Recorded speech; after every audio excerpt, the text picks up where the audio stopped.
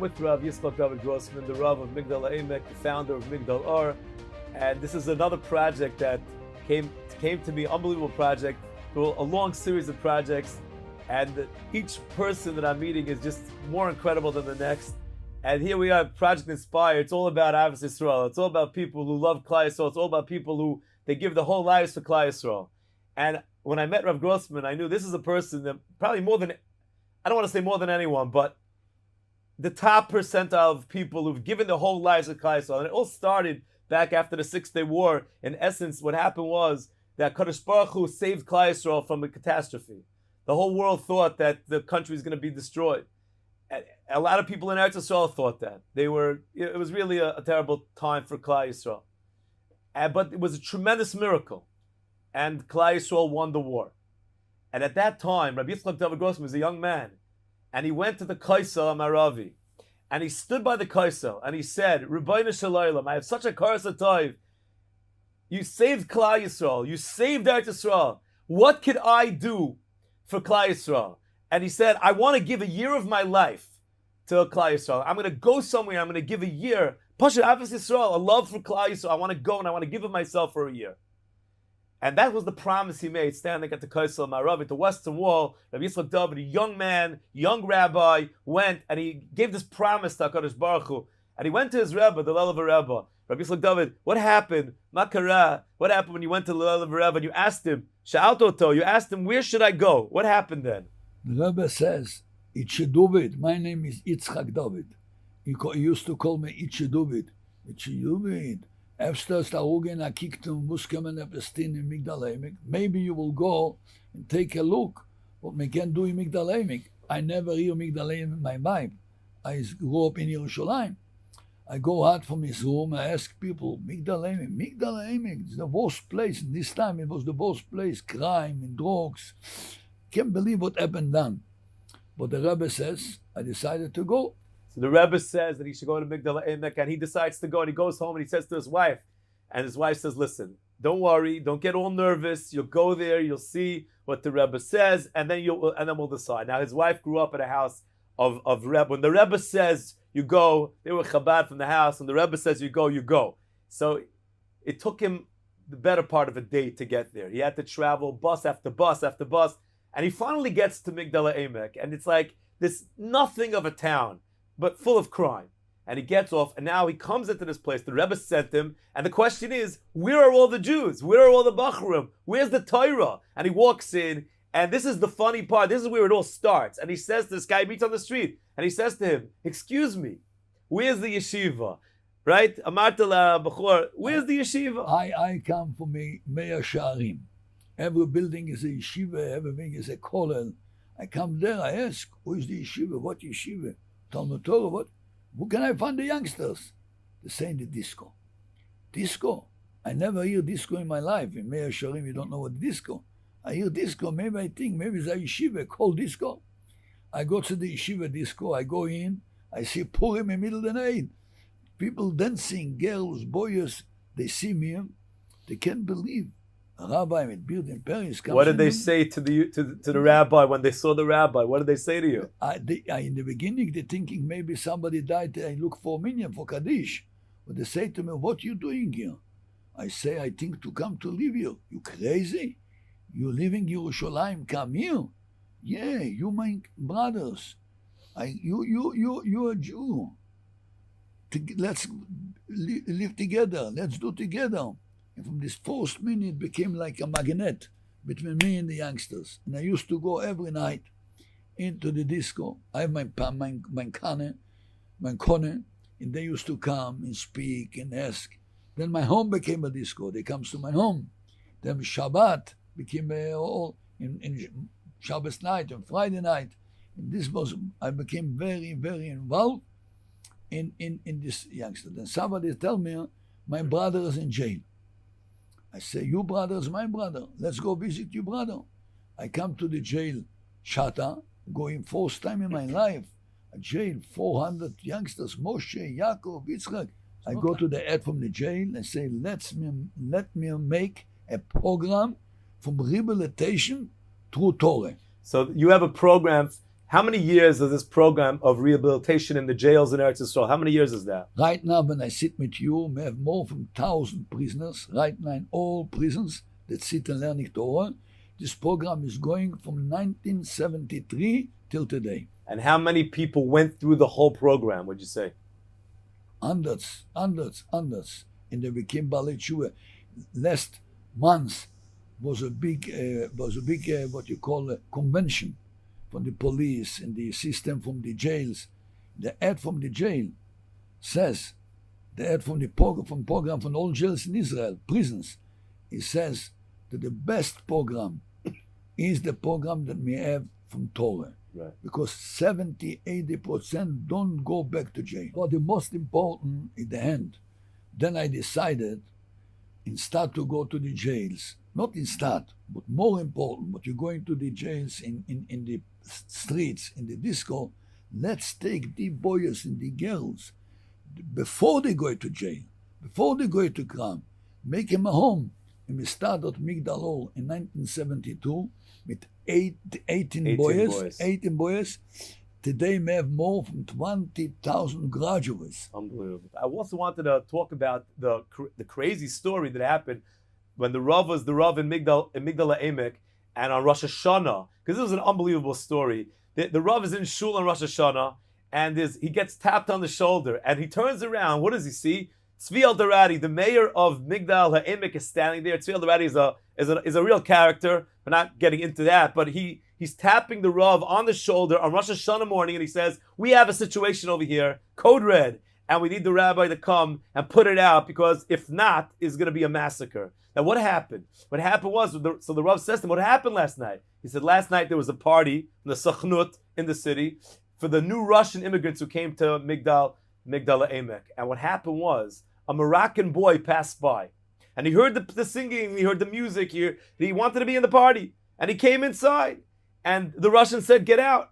And they told him, "You have to leave." And they forced him. So what did this boy do?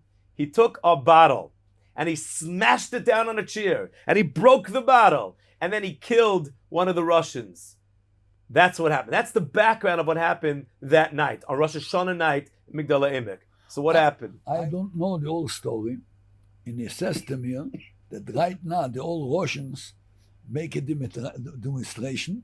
They come together and they're taking everything what they have to go to fight with the Americans. And the Americans are going to save themselves. Going to be like a war between the Russian and America. And it says that he goes there and they want to say something. They're screaming in them. They want to kill him, the mayor. Then it says, "Maybe you come, you can help." I live right away the synagogue, come there, I see what happened, the whole Russian demonstration. I started to speak to them in Yiddish. In this time, they know, in 73, they know Yiddish. I say, "Yidden, can ich anders sagen? What geharget a Yid? Can be a thing like this, Rosh Hashanah. You must to make a demonstration. A demonstration. A demonstration, you must. But my idea is, let's go to make this demonstration in the synagogue." Oh. So instead of them fighting, what the Rav did is the Rav took them away from where they were going to actually fight and maybe kill each other to the shul to make the demonstration in the shul during Rosh Hashanah davening. The Rav pulls them to the shul. I come in with all people. I think all the mother also from the boy and everybody. And the Chazan was there, Rabbi Yankov Jack Rosenbaum from Monsey. He has a beautiful voice. He's a big chazan, and he decided to come to Migdal HaEmek, pray in his wife Bell. He's staying, Rosenbaum is staying in pray, and suddenly the old Russian comes in, became a balagan, and he asks, "What happened?" We tell him that somebody killed, he fell down. He fainted. Fainted. In middle of davening. In middle of davening. Then I go, everybody's inside, I go to the Oren Kodesh, open up the Oren Kodesh, and say, "Jews," in Yiddish, "Jews." Of course, very hard thing what happened. But fighting, I tell you, if you will fight, you will kill somebody, or how do you say, to wound somebody, you will not finish this year. And whom I'm speaking, I hear a helicopter is coming. You hear a helicopter outside of the square of the shul. Who is coming? The ad from the police from Israel. the whole group, hear what happened, the fight, comes down, they see him, they see the helicopter, they're running to him, they want to, he says, boom, I can speak to everybody, give me a delegation. They take 5, 6 people, the Russian, he goes in a room near the synagogue, but he's a Moroccan, he don't speak Yiddish, and they speak only Yiddish or Russian. He says that I want that I will... so the Rav is going to be the translator, the interpreter. Yeah. He started to hear the story. I said, you must understand, the Moroccan, they come, they have not apartments, they're very poor, and you come and the government gives you a nice apartment, and is jealous. I say to myself, if I will say to them what he says, he will be in that. I say, he says that this boy will be forever what the Rav is saying is that the chief of police was basically telling the Russians things that the Rav knew if the Russians would hear these things, they would not react well. So the Rav basically interpreted his words completely differently than what he was saying. He was saying, you have to understand, the Rav saying, we're going to put them away forever, we're going to lock them up. The newspapers wrote about the Rav. What was the line? The line was, verteidigt und verbessert. Verteidigt, translated, und verbessert, and made better. Basically, everybody afterwards, they understood that the Rav understood exactly what to say. And I like to say that Rosh Hashanah was when the Rav was kinder, the Rav acquired Migdal Emek. He saved the city from a massacre. And that was mamish the moment he became the Rav of the city. Today, 2 cities in Israel that keep up Shabbat 100%, Bnei Brak and Migdal Emek. Everything is closed. When you drive into Migdal Emek, there's a gas station in both sides of the city. There are gas stations with signs that say we're closed on Shabbos, and you don't find this anywhere else. This you find Tachanat gas station, which is closed on Shabbos. But I want to talk to the Rav for a second, because the Rav is not he grew up in Meir Sharm. He's not a person into sports. He was never into sports, and yet somehow Rabbi Grossman, not just did he get into sports, he ended up being involved with one of the most famous sports teams in the world, the New York Knicks. And how did that happen, where the Rav ends up going to Madison Square Garden, on the parquet floor of Madison Square Garden? What was the story? Why did the Rav end up going to Madison Square Garden? One day I was in my home, and the old guys that you call in disco in the beginning... What was your name for the guys from the disco? What means the guys from the disco? Ma Rabbi El Korelem. Tzaddikim. The tzaddikim. The Rav always called his guys from the disco, we would call them as tzaddikim. So he's sitting at home, and there's a knock at the door. The tzaddikim, they come, they knock on my door. The tzaddikim are there. The night, I open up the door, and they take me, and they started singing, Yesh Elokim, Yesh Elokim is a God. And they put me off a car, in the street of the car, of the deck from the car, and they dancing Yesh Elokim. I think maybe Mashiach is coming. Yesh Elokim. What happened? This night was a game between Maccabi Tel Aviv and Roshia, Tzatske Roshia. And Israel won with 1 point this Russian. In television, in the radio, that he gives the news from the game, because Israel is success, is screaming, Yesh Elokim! So the sports announcer who was announcing the game, he was so excited. He was so excited that Israel won this game against Russia that he screams out, Yesh Elokim, there is a God. Now, all over Israel, people went crazy. And the tzaddikim came to Rav Grossman's house, screaming, Yesh Elokim, Yesh Elokim, and they picked him up and put him on top of a car, and they're dancing around the car, screaming, Yesh Elokim. So what happened? Then after them, one from the, maybe 3 years after them, one from the boys in Migdal Emek, very interesting boy, sitting learning, he finished, he decided to learn Shas. When he finished the whole Shas, the boy, not only Gemara in Rashi, I make a big party. And I say to the old people, you remember the screaming Yesh Elokim for the sport? Let's make a big party and singing Yesh Elokim for this boy. I brought Rabbi Vadia Yosef to Migdal Emek. He was the chief rabbi. So that was a siyum. That was a beautiful siyum, Yesh Elokim. But then the Rav had an idea. And the idea was, I just want to tell what the idea is. The Rav said, look, there's so many Israelis in America, so many Israelis, and they have no connection to Yiddishkeit. They have no connection to Torah. How do I reach 20,000 Israelis in one shot? How do I do this? I want to reach everybody in one shot. So the Rav had a great idea. Tal Brody was the guy who won the game against Moscow. And the Rav had become friends with Tal Brody. So the Rav goes to Tal Brody and says, listen, I want you to set up a game, a basketball game between Maccabi Tel Aviv and the New York Knicks. And I'm going to come and speak in Madison Square Garden. And I am going to come and I'm going to speak in the halftime show. So what happened? So tell what happened. In the halftime show, right. They say, usually people stay up to drink, to do. They say, may have a surprise, everybody sit. They make darkness, only middle the light. Then I come in with the microphone. I come in, all people say, Achim Ikarim. My name is Rabbi Grossman. I come from Israel to speak to you. You Israelim, you remember, what means a Jew? You never ever placed it. Let's say together Shema Israel. Then we started Shema Israel. Then I said, let's sing together. What song did they sing? They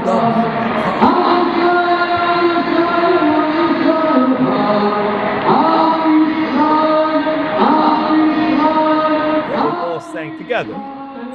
20,000 people. And after them, I can explain the feeling from the old people. They don't want to leave. He's singing again, Am Yisrael Chai, Shema Yisrael. Many people in New York remember. And then they started to call me, sent letters, and many people became close to Hashem from this game. Unbelievable. From one game, from one night. Wait a second, but we have to say the best part of the story was what Dr. J, right? Dr. J said to the Rav, maybe take a shot. Now, Rav Grossman never shot a basketball in his life, but Dr. J's like, let me help you. And he says, okay, hold the ball like this and bend your knees like that. And the Rav said, let me do it by myself. What happened? I say, let me do. Then I take the ball, I concentrate myself, and I put in, is it going in? Oh, swish. Yes, Elokim. I want to talk about one other story. I mean, we could talk all day and all night, Baruch Hashem, which we did when the book that's coming out now from the Rav. It's called Legend, and it's with Art Scroll, and this is a book that's hours and hours and hours that I spoke with Rabbi Grossman about his incredible life. But just one more story. This story is really one of the most amazing stories that the Rav had in his life. A life of amazing stories. But this story was like HaKadosh Baruch Hu speaking to the Rav. And this is going back to 2004, if I'm not mistaken, when the Rav signed. I decided to build a very big campus for the boys. The sign is, I signed for $6 million. I have maybe 200. 200? That's it? That's it. Maybe more. Then, when I signed, you have a video that says, I say, I signed and you will pay. That's what I say. Okay, they're laughing in this. After them, I became the Israel Prize. Oh, so at that time, Israel gave Rav Grossman a very prestigious prize. It's called the Israel Prize, which is really it was for a lifetime of achievement. That's what it was, and therefore, because he had the prize, everywhere he went in Israel, people recognized him. So everybody knew it was a big thing. It was a big thing. Also, the prime minister, in the president, in televisions. Right. I come to El Al to go on fundraising trip. Fundraising for the girls. El Al, Rav Grossman, Mazal Tov, Chatan Pras Israel. You received the Israel Prize. We want also to give you a prize. What? They want upgrade me to the first class. Now, Rav Grossman never used to go in first class because I used to duck him money for travel. No. But now they gave him an upgrade for free. He said, okay. I go in first class, was 6 seats, 2 in 2 in 2. I sit there, nobody's there. In the last minute comes a couple, an American couple, and sit there. Okay, the flight is take out. Never I do this. I don't know why I do this. I stay up, go to this man and say, Shalom, my name is Rabbi Grossman. I work with thousands of kids. They used to call it the disc rabbi. Tell him the story. And I say, maybe you want to see a DVD, a video from my place. The Rav knew he can't go anywhere. He's stuck. He can't go anywhere. Where's he going to go? He has to watch it. Say, okay. Then I take the DVD and take this table from the plane, put a scene, and he hears him and his wife, right? Him and his wife, and I take 8 minutes. I see finished. I come to take back. Okay, slow down. So let's get what happened here clear. The Rav gets up from his seat. The Rav goes over to this man and his wife to take back the DVD machine that he just watched. Very nice. Now, what happens next? What happened, in this plane, you have a bottle here. A button on the seat. A button in the seat. If you pull the button, then the seat became like a bed. I come. With one hand, I want to take the DVD. From the other hand, I put my hand of the button. And then I push the button. I make him lean down. So he goes from 1 second to the next, from sitting up to lying down without knowing it. He's shocked. He doesn't know what's going on. And I also been shocked. And Rabbi Grossman was shocked. You see, take somebody who's very fat and put him in, leg him down. I don't know what to do, and I stay. And then he's living like them. I give him a kiss in his. Okay, so this is a very funny part of the story. Rav Grossman's standing, he's towering above this guy. This guy just went from sitting to lying down, and Rav Grossman, he doesn't know why he does this, but for whatever reason, not knowing why, he bends over and he gives the guy a kiss on the forehead. He doesn't know why he does it. And I say, excuse me, because I want to show him, excuse me. That you feel bad for what happened. Bad, excuse me. And then I take back. I go back to my place and I speak to myself, why are you doing things like this? Why did you do this? Why? I shame for myself. 2 minutes later, he stay up, meet his wife, come to my chair, and says, Rabbi, I wanted to know, I've been very close to Bibi, and I've been very close to Bielski. Bielski is the head from the Jew. Zev Bielski. Zev Bielski from the UJA. Very bliss. And he says, I put away a big amount for building, that I want to save kids like what you're doing. They show me many things, the UJA and the Sochnut, the Jewish agency. Jewish agency in Bibi, they show me that I don't like. Ask my wife. I make a sign with God. If somebody will come and is walking with these kids from broken home, orphans, and he will give me a kiss here, this is the man that I need to give him the money. Can you believe it? This is to make a sign like a crazy, and he gives me a couple $1 million to build this building. Unbelievable. I just wanted to say, we're going to finish off with this interview. The Maisa, it all started. If we go back in the beginning, it all started from the Rav for Avos Yisrael wanted to go and save Klal Yisrael. That's how it all started. That's where it began, with a Rav, with a person, a Yid who wants to give and save Klal Yisrael. And that led to a lifetime of the most amazing stories. Because we say every day, you say in the davening, Baruch Elokeinu shebra'anu lichvodo. I thank you, God, that you created me for your honor. I say every time in my speeches, in my drosha, I say a story. There was a father in America, and he has a son in America and 2 sons in Israel. One is rich, lives in Caesarea, and one is a poor, lives in Migdal Emek. And he married off his son from America. He sent a letter to his son from Caesarea, the richest in shekels, say your brother is going to be a wedding. I want that you come to the wedding. Everything what you will spend for the wedding, I will give you back. And it says also, please try that your brother with his family from Migdal Emek will also come. Okay. This son from Caesarea, save a letter that father will take back everything what he spent. He's going to Tel Aviv in Dizengoff Center, bought for his wife a boutique, boutique, the nice clothes. He bought for himself beautiful wood, beautiful suit, everything for his kids. But in Migdal Emek, his brother, he sent them, I have a ticket for you, this and this day, we're flying to America. But you don't go to buy clothing for his wife, brother's wife, and the children. Okay, day is coming. The 2 families come to airport Lud. They go on the plane to America. In America, in Kennedy Airport, the father in the Chosen, in the Mechutonim, they're waiting. First go out from Caesarea, with the boutique. They look great. Good. And he says, this is my, look. He says, this is my son, this is my grandchild. He's so proud. The letter comes, the son from Migdal Emek, clothing, very like pool.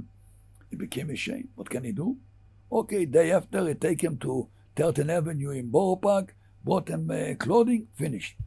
The wedding was a beautiful wedding in Waldorf Astoria. It was beautiful. After the wedding, after the Sheva Brochos, time to go home.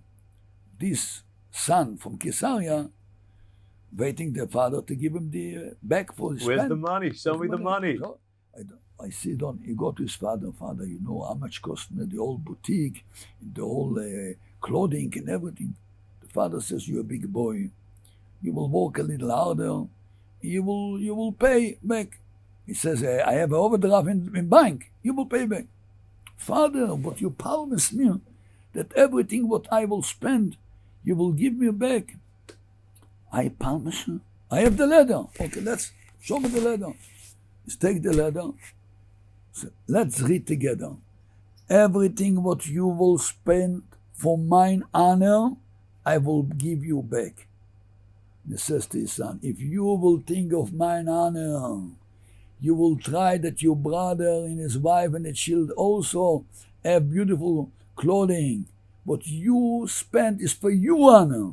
I never promise you that I will give you for you honor. What is the emotion? If you try only for yourself, that you learning and davening and keep up Torah mitzvahs, but if you do this only and you don't try that your brother also to have little shayches and to give him love, God says this is not for man honor. You do this for you honor. And every day we say Baruch Elokeinu shebrahanu yukrev lichvoidoi. And if you think lichvoidoi, you need to take care of your brother's kids. And then, you know, I grew up in a home in Bativarshe. My father was the Goyen, Rabbi Grossman. 10 kids in 70 meters. In the 50s, arrived in Israel, the Yemenis. My father go to Rosh Ayin, speak, it go in the Yemenis, they live this time in tents. Yeah. Winter, very bad. He goes from tent to tent, he says, if you have a problem for you kids, I have a place. And he brought to my home. In my home, 5 kids. Yemenis. I used to sleep in one bed with 2 Yemenis. I show you, you see them. Sure. See? This is my lesson. 70 meters, 10 kids. He has patience to go, and my mother and father, to take another 5 kids in the Yemenis. Why? This is Avas Israel. Because you don't live for yourself. You live for HaKadosh Baruch Hu. Thank you very much, Rabbi Grossman. You're an inspiration for all of us, for ganz Klal Yisrael. Weil ich das so helfen, sein die Geule Schleime. Wer sich in Bekorov Mamish, Amen. and all Machles and all Magefes will go down, and we can dance together. The Kabbalas Pnei Mashiach Tzidkeinu. Amen. Amen.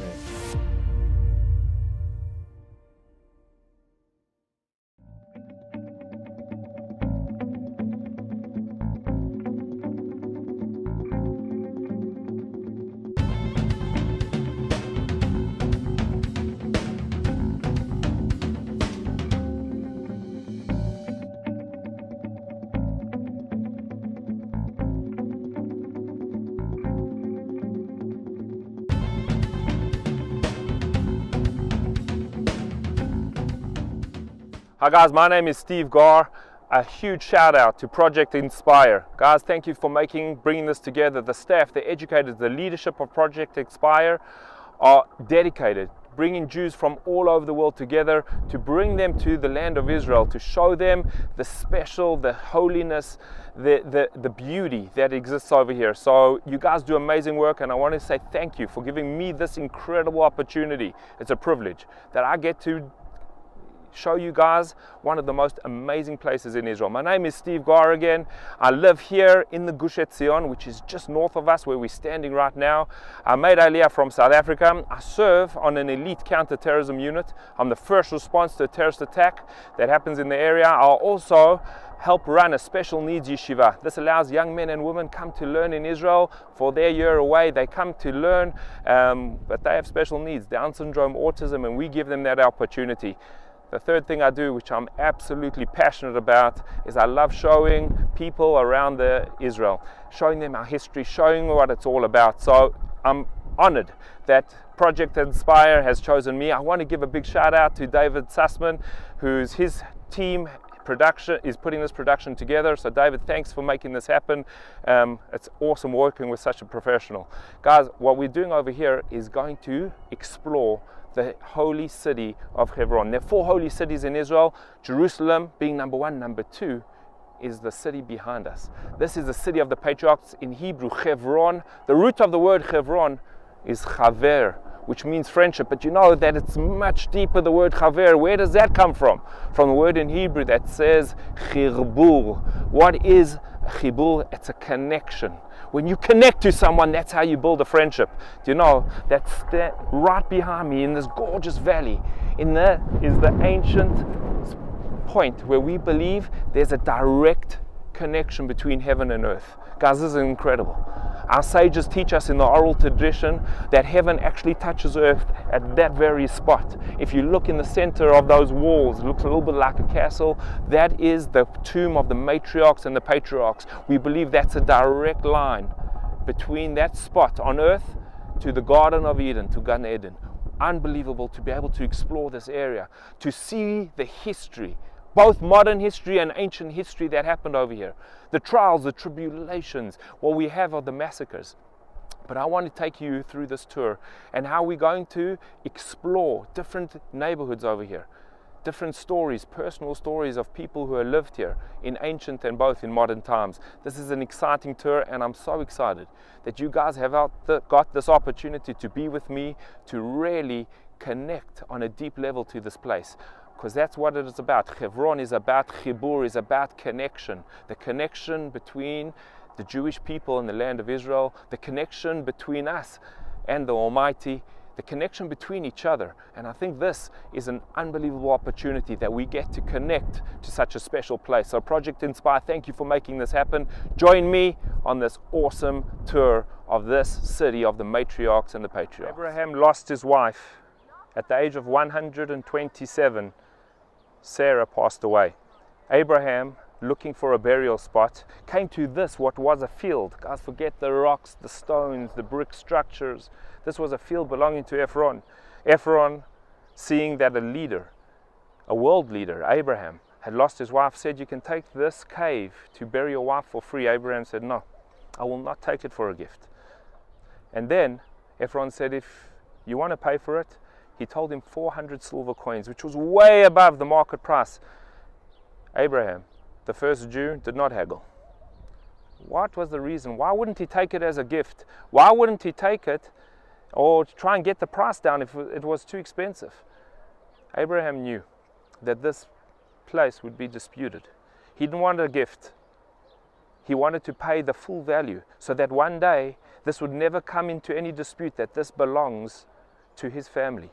It's where our forefathers are buried. It's where our matriarchs and patriarchs are the final resting place. He said, I'm paying the full price and I'm not going to bring you down. I'm not going to negotiate, because we want you to know that this is our land. This was 3,700 years ago. Guys, 1,700 years after Sarah is buried over here, comes a Jewish king, King Herod, at the time of the Romans, and this is over 2,000 years ago. He comes over here and he says, we need to beautify this place. What he does is he puts up these stones. These are the classic Herodian stone. We can see his signature mark, how he does the border over each stone. Probably one of the greatest architects of the ancient world, King Herod. We know Masada, we know the Second Temple. All over Israel, he's probably the greatest architect in Israel in the ancient times. So this is the Herodian stones, and it's beautiful to see the size and how it's kept. And we're looking at a structure that is 2,000 years old. That's real ancient history over here. So this is a little bit about the structure. This is about the architecture that you see, but I'd like to tell you how the Jews came back here in 1967. Guys, we're standing in the spot outside the Marat HaMachpelah, the Cave of the Couples, which for many years was known as the Seventh Step. The Seventh Step was a place just outside where Jews were allowed to go. They were not allowed to pray inside.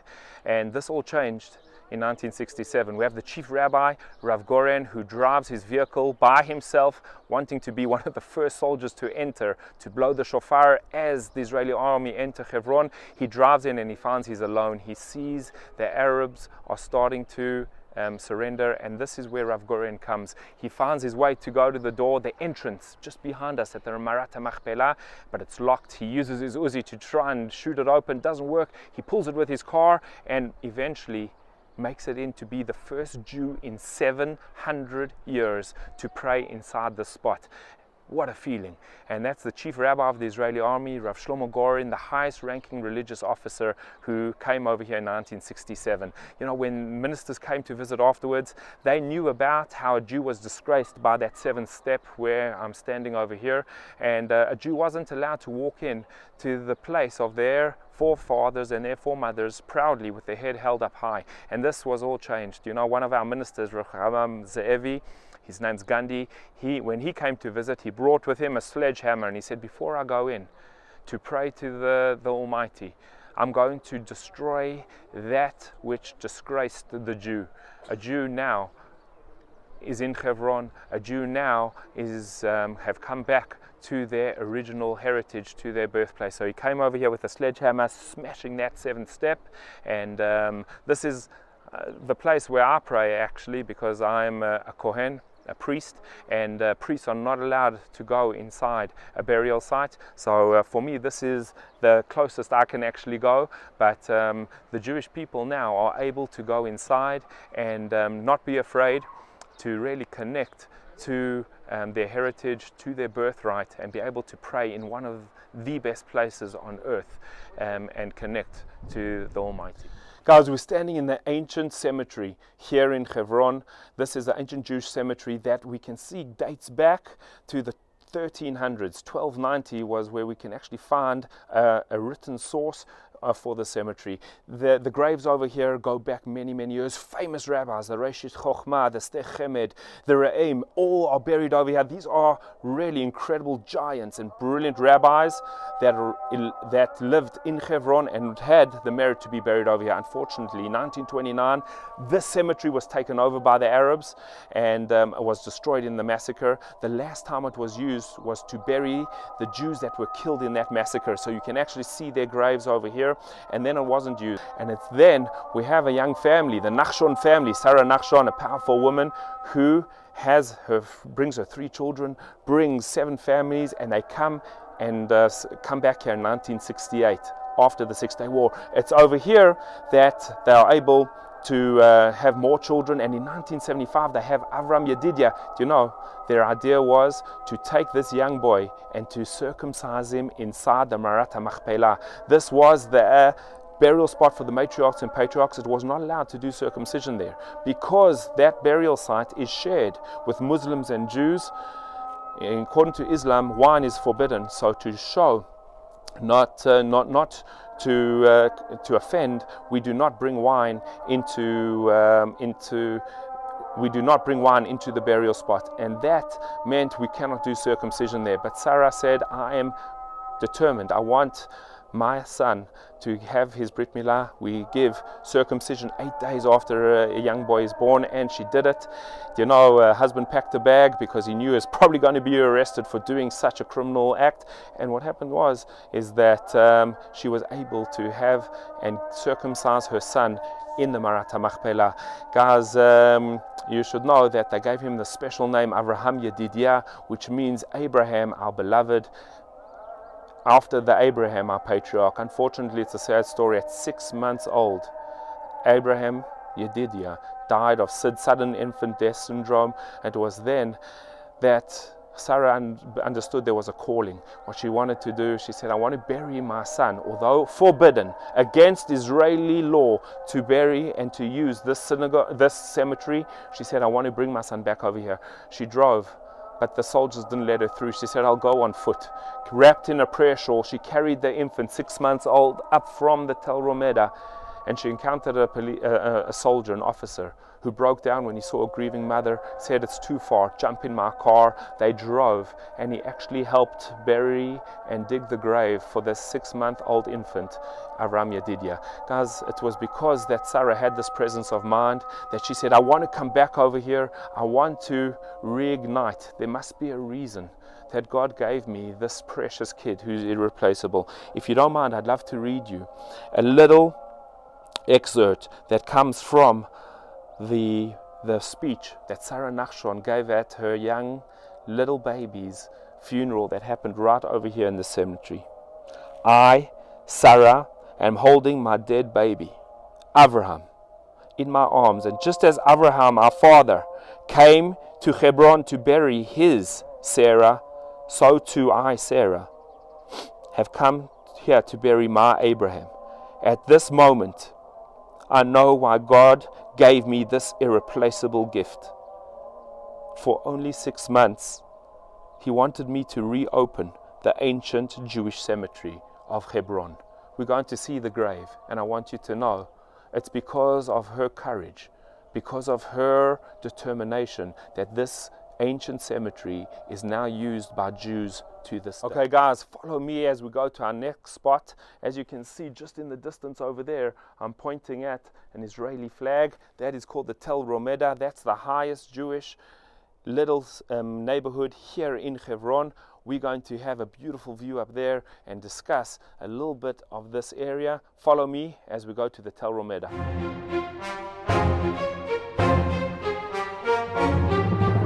We're standing on Tel Rumeida, one of the highest positions in Hebron. This is the highest Jewish community in terms of altitude, looking down, very safe. What we have now is a bunch of caravans. Wasn't easy setting up these caravans.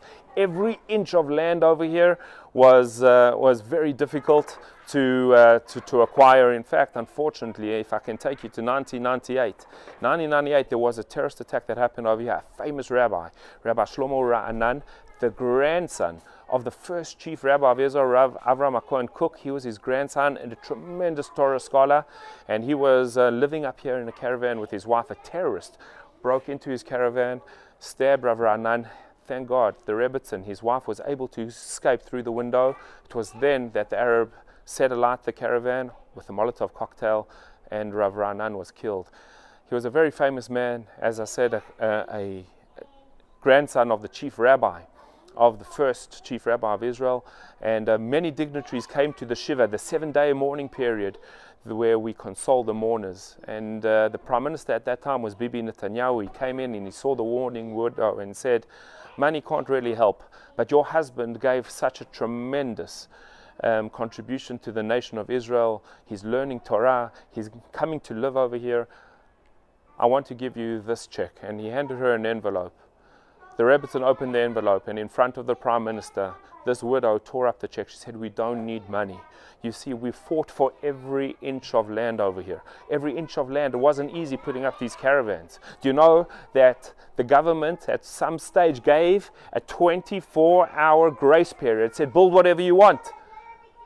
What do you build in 24 hours? So they scrambled and said, what we will bring is as more caravans as we can to place on top of other caravans and next to it. In 24 hours, they brought as many caravans as possible. The clock ended.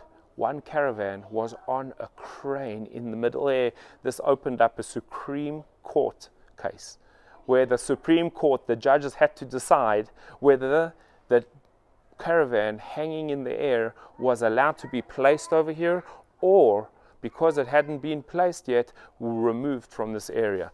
The Supreme Court voted, and that caravan was allowed to be placed down.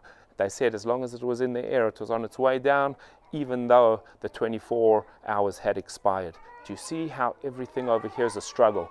Because it's very controversial land, we are completely surrounded by Palestinians, by Arabs who do not want Jews to return to this place. In the memory of Rav Ra'anan, the special rabbi, his widow has created an incredible yeshiva over here, a learning house where young men are studying to be ordained rabbis in this very area. But what's so incredible is what's underneath. this incredible yeshiva, this residence, this Tel Rumeida. Come and follow me. I want to show you an ancient archaeological ruin. Now guys, when we're talking about ancient times, you know, old in different countries. I'm from South Africa, you've probably picked up the accent by now. But guys, you know, we're talking about ancient times. We're going back to the early Bronze Age. This is 4,500 years ago. Guys, according to the Jewish tradition, we're at 5781 that year. This goes back to the original time period. We're going back to the matriarchs and patriarchs. As I've said, and I'll continue to say, it's not just that the matriarchs and patriarchs were buried here in Hebron, but this is where they lived. It's very possible that over here, down in these ruins over here, this was the neighborhood where Abraham himself lived. This is where Sarah gave birth to her son Yitzchak. We are standing in a place where the great matriarchs and the great patriarchs lived. It's incredible to stand in a spot so holy, so connected to our tradition, to be in a place so close to the second holiest place in for the Jewish people. We are in Hebron, the city of the matriarchs and the patriarchs. Guys, what we're standing in front of over here is a yeshiva. This is a place where young men get to study the scriptures on the deepest level. It will be a 5-year program that these students will do. It's called Hesder. This 5-year program allows a young man, once he finishes school at the age of 18 years old, he'll come and learn in a place like this. Now, this is a place where they combine learning and serving in the military. 2 years. They will learn scriptures. They will learn the Jewish oral tradition, the explanation to the Bible, to understand this age-old tradition that goes back many thousands of years, and this is where they would learn it. It's all written in Aramaic with many commentaries that go throughout the ages, and this is what young men are doing. You know, we believe as part of the Hesder program, religious Zionistic Jews will believe that what they're doing over here is protecting their nation in 2 ways. There's one way of protecting our nation physically with a weapon, and they do that. After 2 years of studying over here, they will go and protect their nation, serve on an infantry unit, serve on an elite unit, become commanders, tanks. Then, after they serve in the military, they'll come back, and for another maybe year and a half, they will study again. All in all, a 5-year program, not only protecting our country physically, boots on the ground, but also protecting our nation and our country spiritually by connecting to the Bible, connecting to our roots, connecting to our oral law, connecting to what makes us Jewish. Guys, we're very lucky to have found a soldier over here. We would love to show you the difference between the Israeli-made weapon, the Tavor, and the American-made gun, the M4, the one that I'm holding over here. So a lot of you know the M16. It's a classic, basic rifle, and this weapon, assault rifle over here, is the Israeli-made one. So what's the difference between them? We're going to go through. I just want to say thank you to this Givati soldier. We cannot show his face because obviously we want to keep him safe, but this soldier over here is one of the best units. In fact, the second best unit in the Israeli army, Givati. The best unit, obviously, Golani. That's the unit I'm from. You ask any Israeli soldier, he'll tell you his unit is the best unit. No, just kidding, guys. We've got here a sharpshooter using a Tavor, the Israeli-made gun. What's the difference? So, guys, most weapons, that when you have a weapon, what happens is that you have the magazine. The magazine is not something we read. It holds the bullets, and that goes in front of the trigger. And you got the handle, and then when you put the magazine inside, just above that, you have the chamber. So that chamber is where your barrel begins. Now, you know what makes a weapon accurate is the length of the barrel. The longer the barrel, the more accurate your weapon. You've got a short barrel, it's not accurate over long distances. The problem is, when you've got a soldier, you want him to have a weapon that's close to his body, easy to maneuver, go around corners, look under places. You want a weapon that is compact. You can never ever make a soldier happy because it's either compact but not accurate, or very accurate and not compact. Israel designed the gun. This is the Tavor. So just having a look at the Tavor over here, you've got the back of the weapon. If you look, and we're going to ask the soldier just to show you, there is where we put in the magazine. Now normally the magazine goes in front of the trigger. This magazine is all the way at the back. So what they've done is move the whole shooting mechanism to the back of the weapon, which means the barrel starts here. So this soldier has a safety mechanism in here, and there's a makporek, and this is the beginning of the barrel. What I want to show you is the size of his weapon compared to mine. If you have a look at the size, my weapon is a lot longer. In fact, his tavor is about 2/3 the size of this gun. But let's see, we have compact, let's see who's got a longer barrel. So I'm going to put my barrel on his barrel, and let's see which has a longer barrel. And if you have a look, you can see sticking out 1/2 inch longer is the tavor. What we have an Israeli designed gun, which is more compact and more accurate than a regular weapon, using the bullpup design. This weapon is phenomenal. It's completely ambidextrous, which means if he's a right hand and he's shooting, the shells are coming out of this window. But you know, it's so amazing. If you turn that around, all I do for a lefty is take out that box, put it over there, and the shells eject away from the soldier, not into him. That's not possible to do on an M16. It's a pain for a lefty to shoot with this. Guys, it's completely versatile, this gun. He's got a special Trigicon sight. This is a reflex sight, very accurate, and that's on the top of the weapon. At the bottom, he's got legs. He could put a flashlight, a laser, completely modular, and that is something that's pretty incredible. He's put also a handle over here to make that gun really firm. It's close to his body for ejecting. If he's a right-hander, he ejects it over here. Left-hander, we've put another place for us to eject. Switching off your safety. You never take your hand off, so when I take off my safety, it's using my thumb. Lefty and righty can use this. A completely ambidextrous weapon. One last thing to tell you, and this is phenomenal. This shoots a 5.56 millimeter round, a NATO round. You know what's so cool?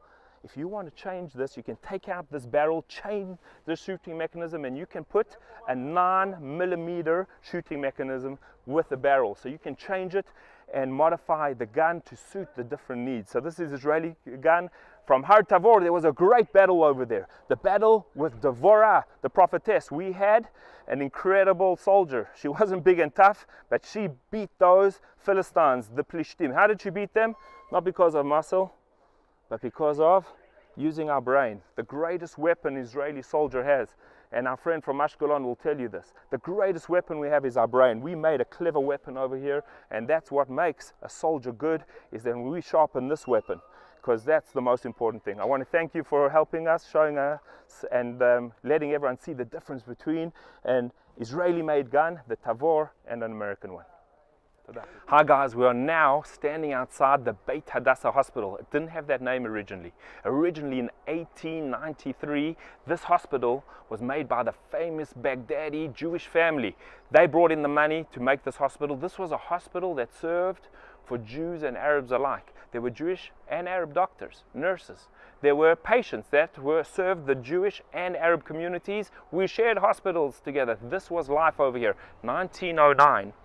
The money to keep this hospital running came from the Women Hadassah organization all the way in the United States. Guys, thank you for that, because I want you to know this Hadassah hospital is the original. We have Hadassah hospitals in Israel, famous big hospitals that are really at the cutting edge when it comes to medical advances through the whole world. So this was the original one, Hadassah, coming from 1909. This is 100 years ago, guys. The Hadassah hospital, the original one, we're standing right here, and it's got quite a special story. So we're going to go down the stairs into that the original hospital. It's been converted into a museum, so we get an understanding of what happened and what's the history over here in Hebron.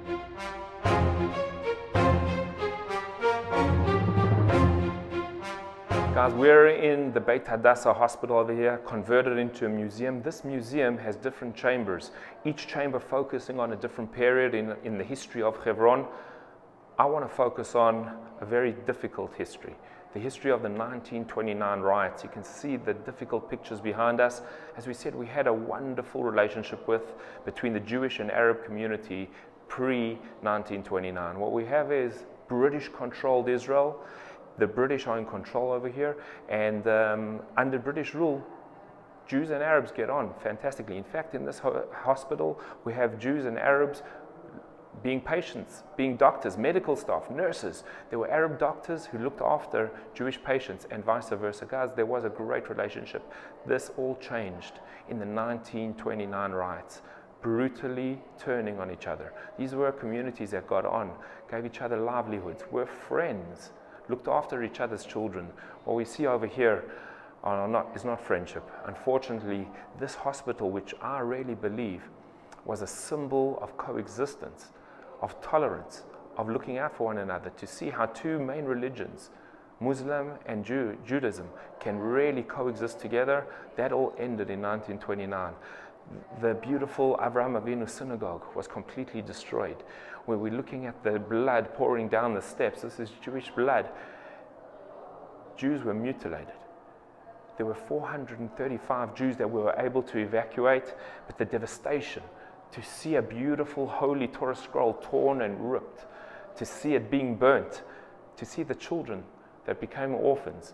It's just horrific to go through all these pictures. 67 Jews were killed, but many, many were maimed, amputated their limbs. It was horrible to see how cruel one nation can be to another. So this left Hebron in devastation. It meant that we had to be evacuated, 435 Jews. It wasn't only Jews that were here in Hebron, but the uprising against the Jewish people in 1929 happened all over Israel.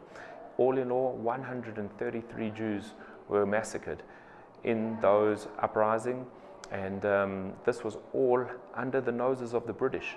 The British were in control over here. They had the guns, and they were responsible for keeping the communities here safe. So unfortunately, that didn't happen. 133 Jews killed. Here in Hebron, we got hit the hardest. 67 Jews were slaughtered. This beautiful place where we're standing over here was burned down to the ground. And rather than being a place of healing, a place where people could come and doctors could take care of them, rather than a place of healing, it became a place of death. And very sad that this symbol of peace and coexistence was completely destroyed in 1929. But this is one of the most beautiful synagogues that was destroyed in the 1929 riots. It was created, this synagogue, 480 years ago, in 1540, by Rav Malkel Ashkenazi, a Jew who came here. He founded this synagogue. We know that there's incredible stories that happened. The synagogue being used for 400 years. In 1619, there's an incredible story written by Rav Naftali Bachrach. He tells us he's the Emek HaMelech, the Valley of the King, how an incredible guest came here 400 years ago to the synagogue. Pretty incredible. But you know, in 1929, when the riots broke out, the Arabs vandalized this beautiful synagogue. They tore the books, they burnt the synagogue down. The Chazan was able to run out and save one of the Sifrei Torah. From 1929 until 1967, this synagogue lay desolate, but not just desolate, because it was a Jewish symbol, a beautiful synagogue burnt to ashes. The Arabs over here decided to make this a place where they kept animals. It was a goat pen. They kept goats inside.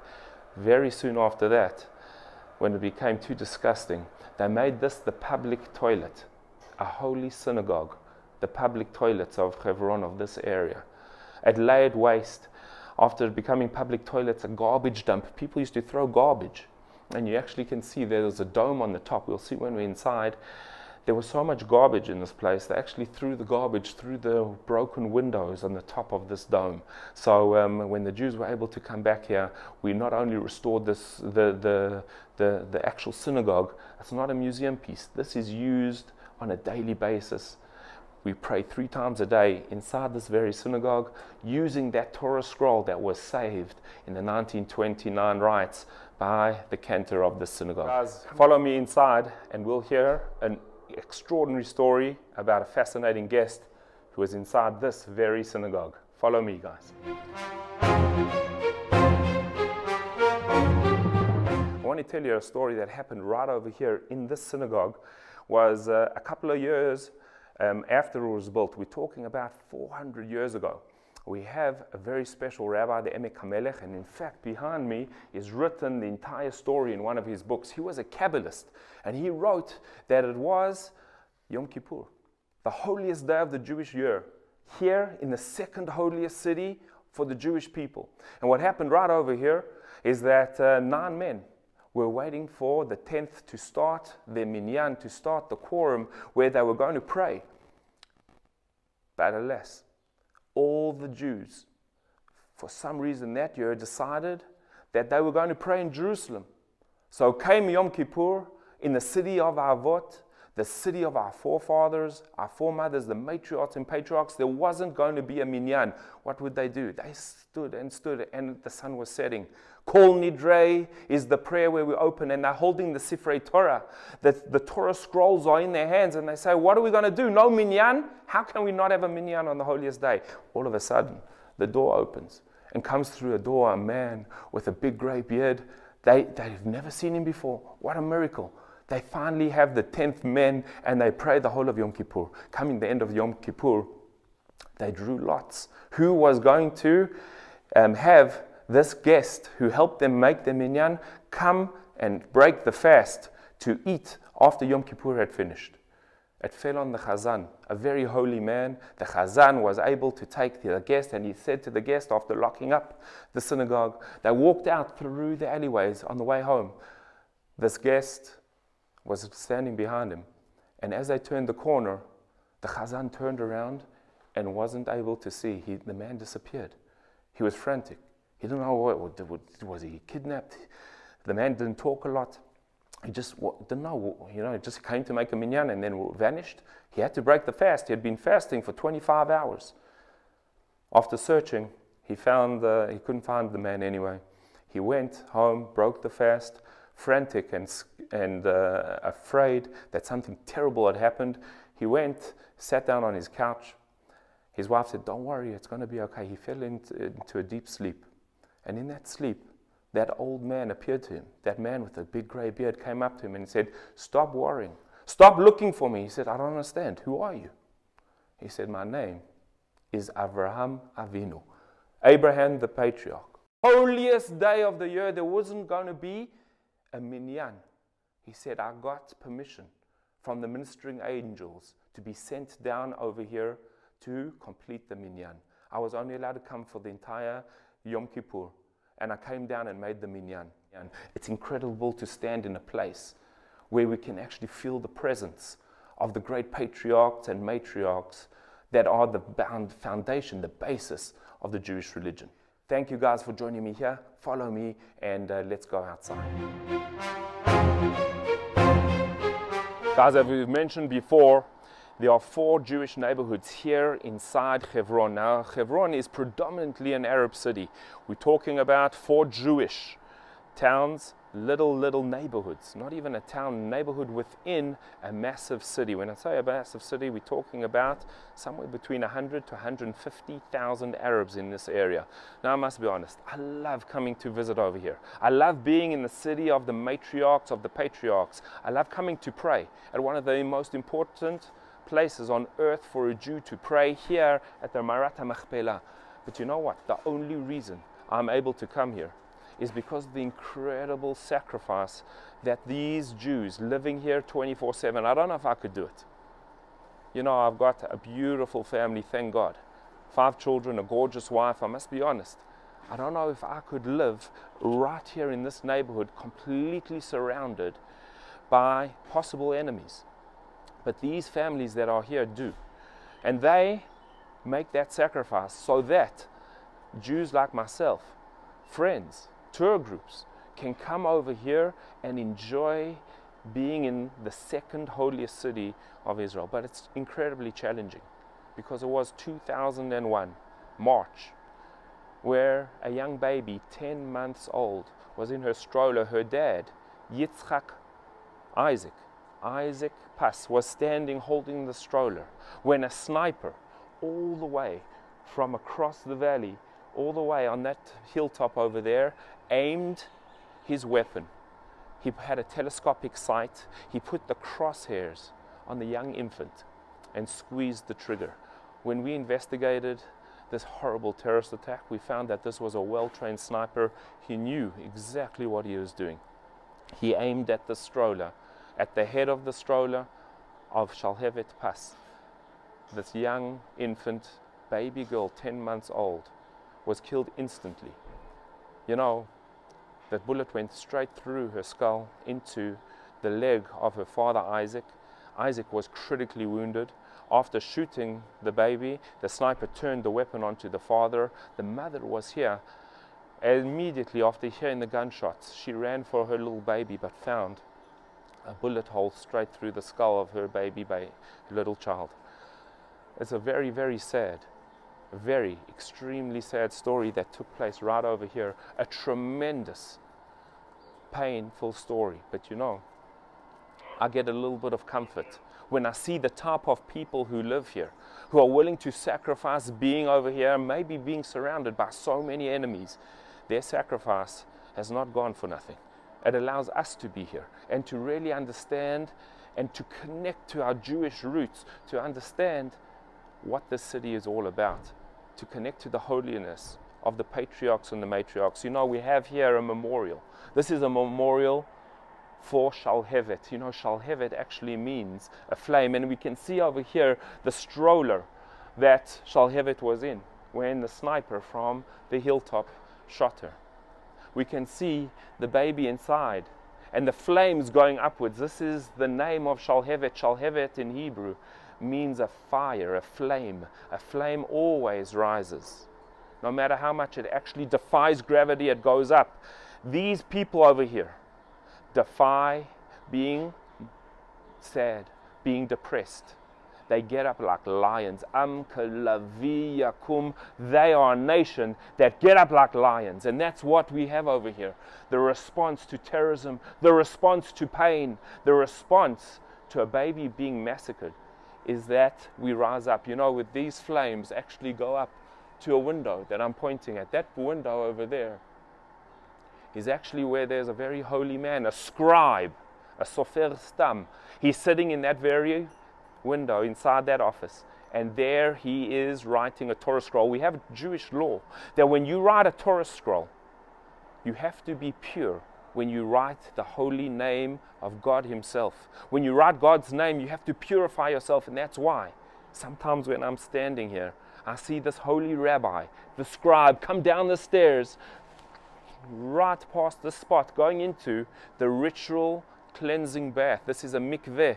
A mikveh in the Jewish tradition is how we purify ourselves. Going into the mikveh, he washes himself, purifies himself just before he goes back to his office to write God's name. In between purifying himself, he's not allowed to take phone calls. He's not allowed to talk. He's not allowed to do anything. He has to have full intent of the holiness of writing God's name. You know what's so beautiful for me is that he comes past the spot every single time he writes the holy name of God. The very spot where a young baby was killed. And he won't be deterred. And the families will not leave here. They stay here. And you know what we call a Torah scroll? We call it in Hebrew, it's a book of life that strengthens us, that gives us power. This book of life is not focused on death, but rather on how these people respond to pain and suffering. They get up. They rise up like a flame. They rise up like lions. Do you know that Shalhevet Pas's mother just lost her baby? Her husband was in ICU, intensive care unit in Jerusalem. We did not know if he would make it, but she had the presence of mind to go to the Israeli army and say, I will not bury my little baby. I will not bury my baby until you can assure me that this area, these 4 Jewish neighborhoods inside the heart of Hebron are safe for the Jewish people. She had that strength to say, I'm not burying. Now, in Jewish law, to bury a baby, especially for a religious family, a religious woman, is one of the greatest acts, to take the baby and to send her back to her Creator. But she said, I will not do such a thing unless we can protect other babies, unless we can protect other Jews.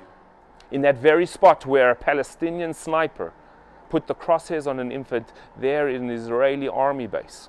And at that army base, they are watching over Abu Snena, which is the Arab neighborhood, looking over this neighborhood, the Avraham Avinu neighborhood. So it's over here that this young mother was able to make sure that the Jews living over here, the Jews coming to visit over here, are safe from snipers. You know, at that army base, if you look carefully, I want you to see that on the corner of that army base, you see a symbol of Jewish strength, and that is the symbol of the menorah, the candelabrum, that we light for 8 days on Chanukah, one of our festivals. And you know that when you look at that Chanukah, how the Jews were able to survive even against fighting a superpower, that we picked ourselves up and that we were able to win the war. The Hashmonaim were able to beat the Hasmonean Empire, were able to beat the greatest military force of that time, the Greek Empire. We were able to push them back and we won that war. You know, on that army base, we are able to show strength, that we can live here peacefully, to connect to our roots and to pray to the Almighty. This is the very spot where we remember the Jewish response to pain and suffering. We're going to get up like lions, just like the Hasmoneans got up in the history against the Greek Empire, just like a young mother after losing her baby while her husband is in critical condition is able to get up and say, enough. Jewish blood is not hefker. It's not meaningless. It should not be spilt in vain. Let's keep us safe from further terrorist attacks. It's been an honor showing you around, taking you and seeing Hebron, seeing the beauty and this mysticism, the holiness, the spirituality that exists here in Hebron, the connection between the Jew and the land of Israel, between the Jewish people and the holy spots, the synagogues, the ancient mikvahs, the spiritual ritual baths, the hills, the actual stones, where the greats, our great-great-grandfathers, the forefathers, the foremothers, this is where they walked. It's been an honor showing you around. I hope you guys were able to feel a connection to this incredible place, and I really hope that you'll be able to come and see it physically, not just through a video. Thank you guys, thank you for joining me, and I want you to stay safe and healthy.